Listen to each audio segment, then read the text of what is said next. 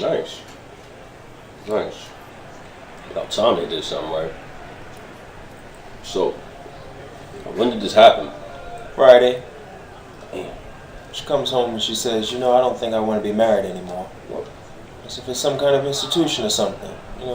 Not anything personal or anything like that, God forbid.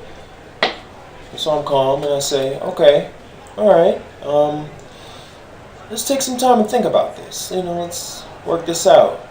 Let's not jump into anything. Let's not rush. Exactly, right. Right. Next day she comes to me and she says, I've thought about it and I think we should separate. No. Yeah. But don't worry, she says, we can still date.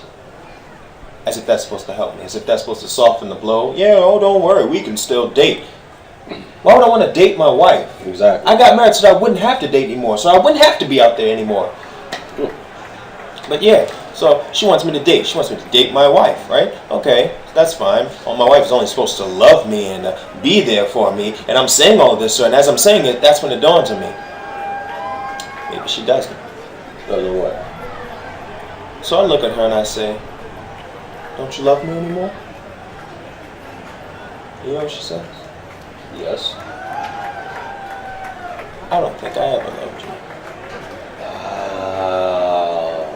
Yeah. Damn.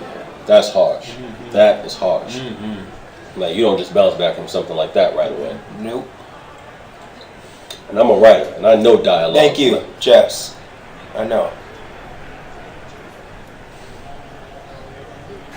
So then she says, I have this coworker who's going to South America for a couple of months, so I'm going to sublet her apartment. And I'm like, whoa, wait a minute. Where's all this coming from? It's kind of soon, isn't it? This is kind of sudden.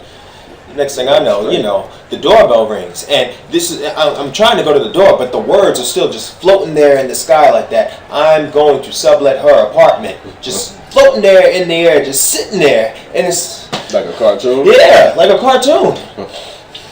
So finally I collect myself and I open up the door, and guess who's standing there? But 3 movers. Movers. So I look at her and I say, when did you call them movers? And she just stares at me. So I turn back to the movers, and I'm looking at them, and there's 3 big dudes, one with a shirt that says, don't fuck with Mr. Zero. So I asked them, I said, hey guys, when did the lady book the gig? They don't say anything. So I turn back to her and I say, when did you book the movers? You know what she says? What? Last week. Last week. So I look at her and I said, you mean to tell me you knew about this since last week and you didn't tell me? You know what she says? What? I didn't want to ruin your birthday.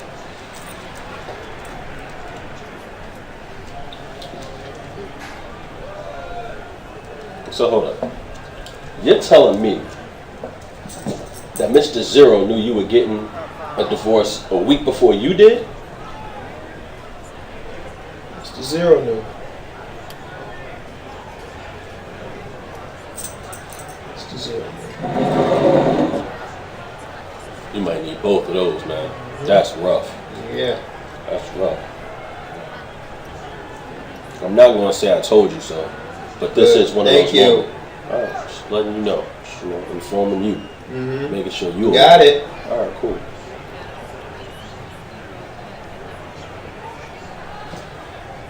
Yeah, he's real good when people are sad. You want to borrow. Oh, is he? Is he? Thank you.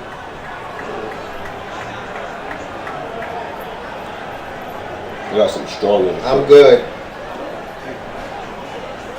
You mind if I take that back? I'm going to punch. Appreciate you. You're a good dude, man. You don't deserve that.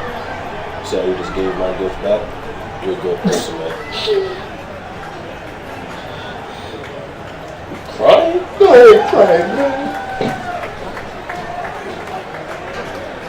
Well, you might want to go help him out. He might need... Yeah, we're going to miss these chips, though.